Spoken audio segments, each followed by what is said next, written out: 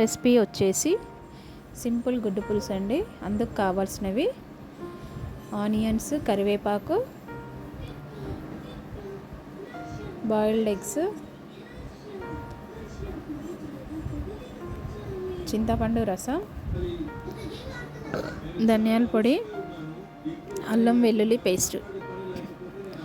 ముందుగా stove on చేసుకొని heat అయిన తర్వాత ఆయిల్ వేసుకొని జీలకర్ర, కరివేపాకు, ఉల్లిగడ్డలు, పసుపు యాడ్ చేసుకొని బాగా కలుపుకోవాలి. అవి కొంచెం గోల్డెన్ కలర్లో వచ్చిన తర్వాత అల్లం వెల్లుల్లి పేస్ట్ యాడ్ చేస్తున్నాను. నెక్స్ట్ మనం ముందుగా బాయిల్ చేసుకున్న ఎగ్స్ను కూడా కొంచెం కట్ చేసుకొని ఆనియన్స్లో యాడ్ చేశాను. బాయిల్డ్ ఎగ్స్, ఆనియన్స్ బాగా ఫ్రై అయిన తర్వాత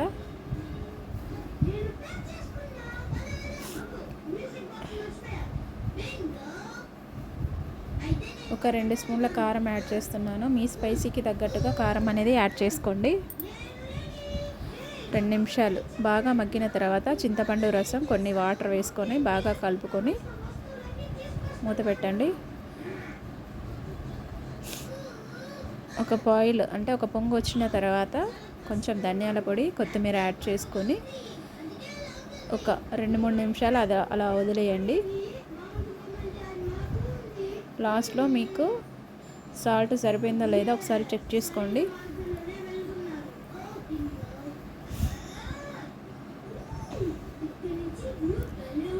ఒకసారి బాగా కలుపుకొని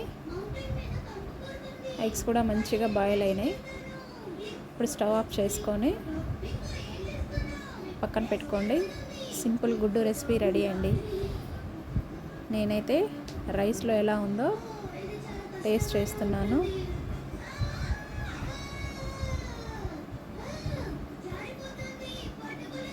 పులుసు అయితే కొంచెం మరీ పలుచగా కాకుండా, మరీ దగ్గరగా కాకుండా ఇలా వస్తే చాలా టేస్టీగా ఉంటుంది.